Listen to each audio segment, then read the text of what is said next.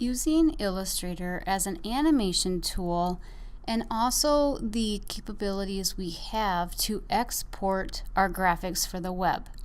So a little bit of a disclaimer here before we start this part of the lesson. Knowing that Illustrator does allow us to export to a SWF, SWF file. And SWF, if I navigate up to the File menu and choose Export, we do have this whole grouping of file formats that we can export our Illustrator or our .ai file as. And the SWF file is our Flash file. So a bit of information background about that. We can export our Illustrator or .ai file to a SWF file. We can export our Illustrator layers to SWF frames or SWF files or even SWF symbols. Now, what we do know is that a lot of our mobile devices do not support the Flash player. We need to have the Flash player to see the SWF files. So as we look at the animation world, we're finding that more and more are moving away from Flash and utilizing another Adobe tool, which is called Adobe Edge, to create animations, but not in a SWF file format, instead generating HTML5. So this would allow us then to see our animations on our phone, on our iPad, and all of our browsers. So even though we have that capability of exporting as a SWF, be cautious and knowledgeable about what your end product is going to be, making sure that you're not exporting your graphics in a format that won't be seen by half of your population.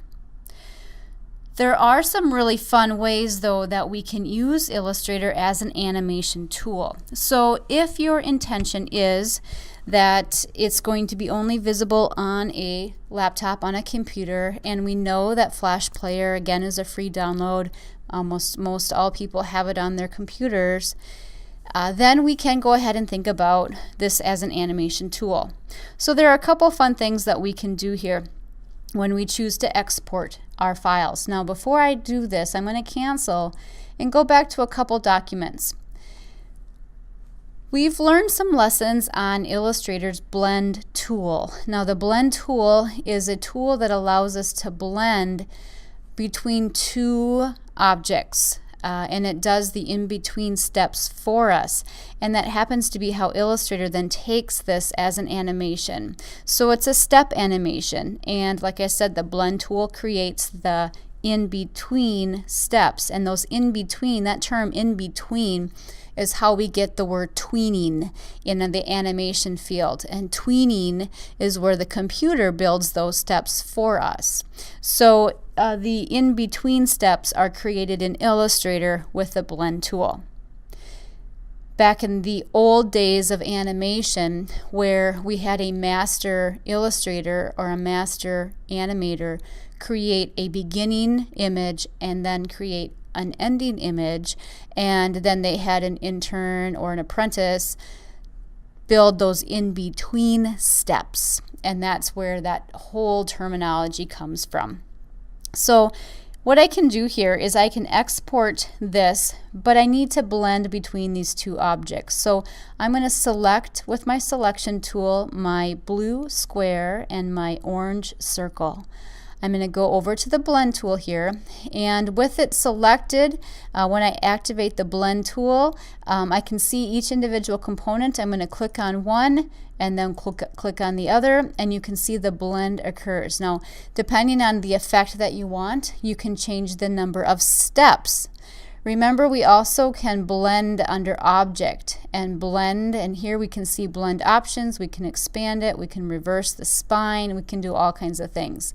I can get to those blend options also by just double clicking on my blend tool in the toolbar. So with the blend options open, I'm going to check preview, and I'm going to reduce my steps. So instead of 8 steps, let's reduce it down to 4. Press tab to see the change without actually clicking OK. And that looks like the effect I'm going for. I'll click OK.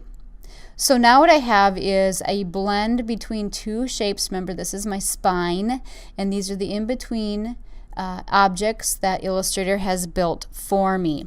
Now what we can do is export this as an animation.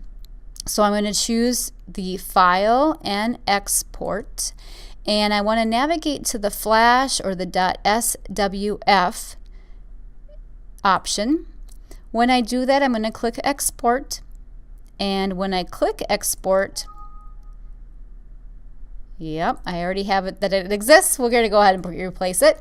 So here I get my SWF options dialog box. And what I want to do is go between this basic and the advanced. So basic are some basic settings, advanced, of course, a bit more advanced. So in the basic settings, I want to make sure that I have AI layers to the SWF or the SWF frames. So the SWF files here, we can choose the Illustrator file to a SWF file, Illustrator layers to a SWF frames, Illustrator layers to SWF files, or the Illustrator layers to SWF symbols. So I'm going to choose the frames option here.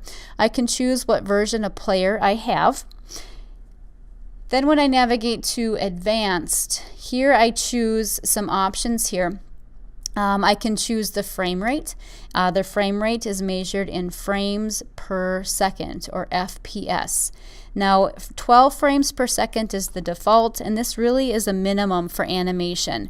If we get below 12 frames per second, our brains can think as fast as the computer at that point, and we start indicating or seeing those individual images, and we talk about the animation being choppy or jerky, and it's because we can see the individual pictures. When you get over 12, then much faster. The animation is going to move faster, and if we get too fast, then we start going faster than what our computer can do, and it won't, it'll bog it down and move slower. So in this case, I have 4 steps in between, and so this is going to animate as each one of these being a frame. So I have a total of 6 here. That would be about a half a second, if that makes sense for you, how many frames per second. I have set at 12, so 6 will be about a half a second. I can loop this if I want. I'll go ahead and loop it to show you. And then I also want to animate the blends, and we have 2 options here to animate the blends. And what it does is it exports each object in the blend as its own frame in the animation. So this is where that blending tool is helping us. So the in sequence option is where each frame will then contain the next object in the blend. So it starts and then it goes to the next and it goes to the next. The build option will add the next object in the blend, and so it builds from the previous order that it was created. I'm going to choose in sequence, and I'm going to click OK. And so what has happened now is I have saved a SWF or a .swf file, and to preview it, we can go into our browser. I'm going to click a new window here. I'm going to choose File and Open, and I'm going to open that SWF file right in my browser. So this was the animation blend, and this is the icon for a SWF file. I'm going to click Open, and there it is. So here you can see that my animation, and it's in sequence, so it's the next, the next, the next, the next. If I chose that build option, the first box would stay up while the second one, and then the first 2 would stay up while I see the third, and so all of them would be up on the screen by the time my animation ended. So that's the sequence versus the build, and this is how we can use the blend tool then to create an animation from Illustrator. All right, let's go back to Illustrator and let's do a different type of animation. This time not with a blend. When in fact I did use the blend tool to create this, but I have an outside square, inside square. Basically these are all individual boxes here. I chose to expand my blend, and then when I look at layers here though, it's all on one layer.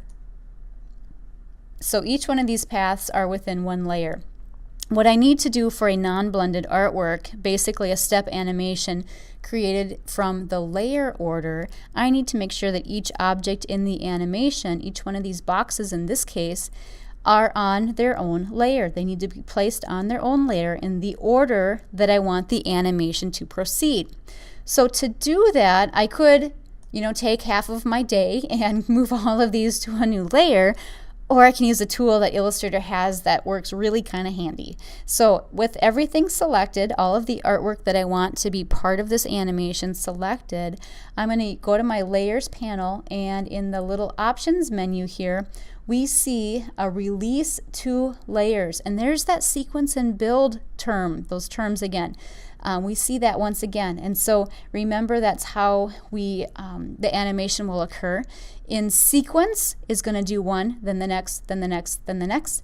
The build will keep the first, show me the second, and then keep adding on to that, sort of building on that. So we're going to choose that command. And when I do that, each one of my graphics, my boxes here, are separated into layers. And if you can see here, let's just turn a few of these off for a moment. This is my starting, and then if I turn that one off and turn on the next, see how there's two of them. If I turn that one off and turn on my very last one, all of the boxes are part of that. So what it has done is that's the build feature where I'm adding on to what was there before. So now if I am ready to export, I'm going to go to my File menu, and I'm going to choose Export. And here I'm going to export this. I already have one, so it will ask if I want to overwrite it, and I do. Here is my Swift Options dialog box, and this is maybe a little bit more simple. I'm going to go to the Advanced right away. I'm going to turn off looping this time, so you'll see it without a loop. I want to make sure that my Animation Blends is turned off, so I do not want that checked. And my layer order, I can choose. Do I want to go bottom up, or do I want to go top down? I'm going to choose bottom up and click OK. Okay, so now what it has done, it has saved a Swift file from my Illustrator file. It would be a good idea to save this Illustrator file so you have this. You can go back and do some editing with it. And I again am going to navigate to my browser where my other animation is still looping. It'll loop forever. What we want to do is do an open again, and I'm going to do a Control-O here to get my open file dialog box. And this time I'm going to choose Stack. That's the new one that I just created. Click Open. There, it stacks it. It did not loop it. It stacked it. Now, unfortunately, I can't. There we go. There's the refresh. If you can see that with an F5 key, you can see the refresh of it. So it's building it. The frame rate was left at 12 frames per second, so it's going through this at a frame rate. If I wanted it to go faster, I would bump up that frame rate to have more frames in the second. So those are some ways that we can do some basic animations in Illustrator from our Illustrator files. If you wanted to do a professional animation, then you would start to look at Adobe Edge and how you can maybe utilize some of those things that you draw in Illustrator and bring them actually into the Adobe Edge program. So that's the animation portion that Illustrator offers us.